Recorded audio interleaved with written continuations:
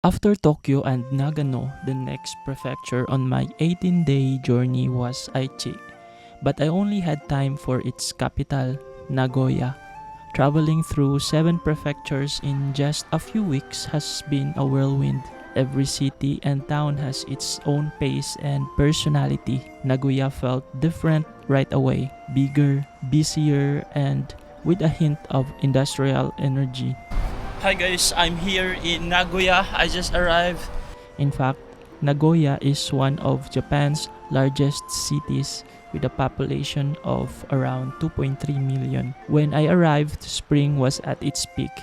Cherry blossoms seemed to be everywhere, lining the roads, spilling over riverbanks, decorating office courtyards.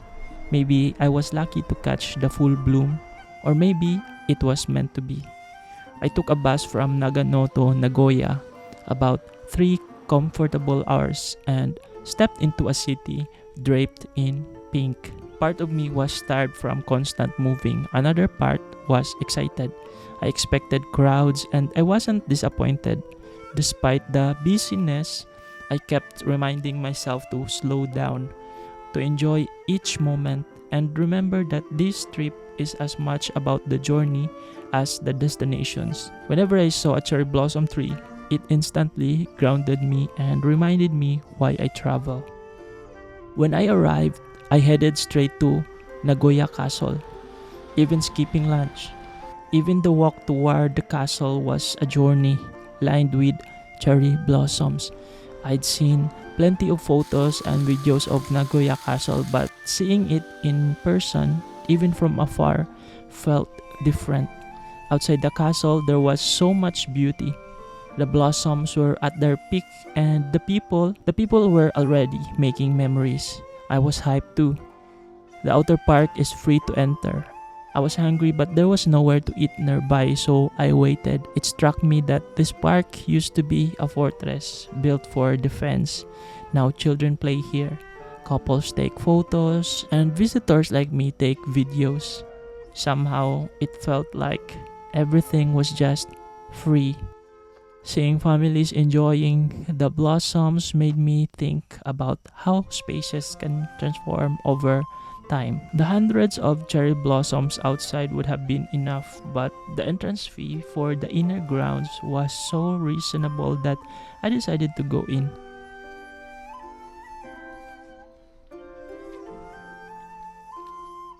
Inside, the atmosphere shifted slightly.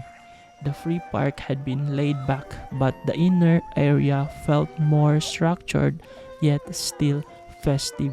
Each spring, Nagoya Castle hosts a cherry blossom festival with about 10 varieties and around 900 cherry trees across the ground. I couldn't film everything, but walking among the stalls and stages gave me a sense of the scale of the celebration. It's not the first time I've seen Hanami, but traveling alone can make you feel a little lonely when everyone else seems to be with their friends. Part of me wish I could just sit down on a random picnic mat and join in. Instead, I enjoyed watching from a respectful distance. The food stalls and kitchen trucks offered seasonal treats, skewers of grilled meat, bowls of noodles, and sakura-flavored mochi. I overthought it. Festival food always feels overpriced, but I was so hungry that eating under the trees made sense. Savoring a simple snack with the castle keep looming in the background was surreal. It reminded me how Japanese culture blends everyday pleasures with deep history.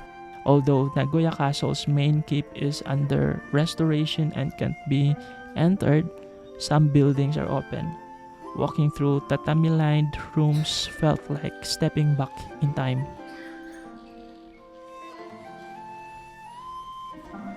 On my second day, I explored another famous Hanami spot, Tsuruma Park. Near Tsuruma Station, this park opened as Nagoya's first public park in 1909 and contains both Japanese and Western garden elements. It's home to over 700 cherry trees and is ranked among Japan's top 100 cherry blossom sites. I arrived in the afternoon and the sunlight made the blossoms look translucent. Picnics were everywhere. Cameras clicked nonstop and petals fell like confetti. I was more focused on the atmosphere than the garden layout. The crowd filled every space. Laughter, conversations, and a few off-key songs drifted through the air. Maybe one day I'll enjoy Hanami with friends or family, but for now, I watch as an outsider. Still, we all share the same reason for being there, to celebrate spring. What I appreciated most about Suruma Park was how local it felt. There weren't many souvenir stands, just few cafes where people grabbed coffee or tea before heading back under the trees. Slowing down there gave me space to reflect on how far I'd come and how much I still wanted to see. Each prefecture has its own rhythm, and Nagoya's felt like a steady heartbeat. It was comforting. Instead of rushing off to my next destination, I stayed at Tsuruma Park until evening for the illumination. During the cherry blossom season, the park lights up its trees each night. As the temperature dropped, I zipped my jacket and wrapped my scarf tighter. More people gathered, friends chatted, families unpacked food, photographers set up tripods. The anticipation was part of the experience. During the festival period, there are also food trucks, beer gardens, and other events. Even though I didn't film them in detail, the smell of grilled food and the sound of laughter filled the air. When the lights came on, it felt like the trees were suddenly part of another world.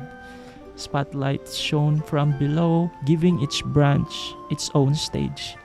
The blossoms glowed softly and reflected off the faces around me. Walking along the paths feel like stepping through a dream.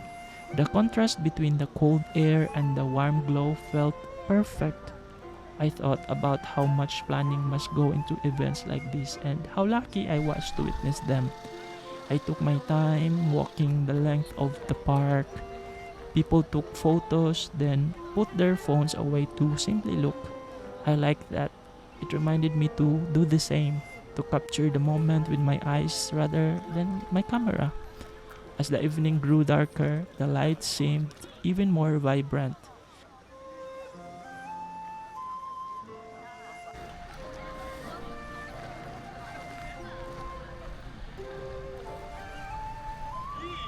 Eventually, I headed back toward the station feeling content.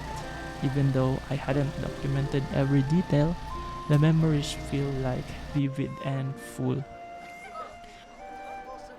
2 days in Nagoya passed quicker than I expected, yet they left an impression that feels larger than the time I spent there. Seeing the city at peak bloom, visiting a historic castle that now serves as a community space, and watching a local park transform at night deepened my appreciation for the way tradition and modern life coexist in Japan. These experiences were less about checking off tourist highlights and more about living in the moment, walking slowly, noticing details, and feeling the energy of people around me. Traveling through 7 prefectures in less than 3 weeks can be exhausting, but moments like these, sitting under cherry trees in Nagoya, make the fatigue fade away. They remind me why I started this journey, to see new places, yes, but also to feel them. I left Nagoya with a full memory card and an even fuller heart. Next, I'm heading to Gifu City, which I'll share in another video. For now, I'm grateful for the time I had here, for the blossoms I saw, and for the simple joy of experiencing spring in Nagoya.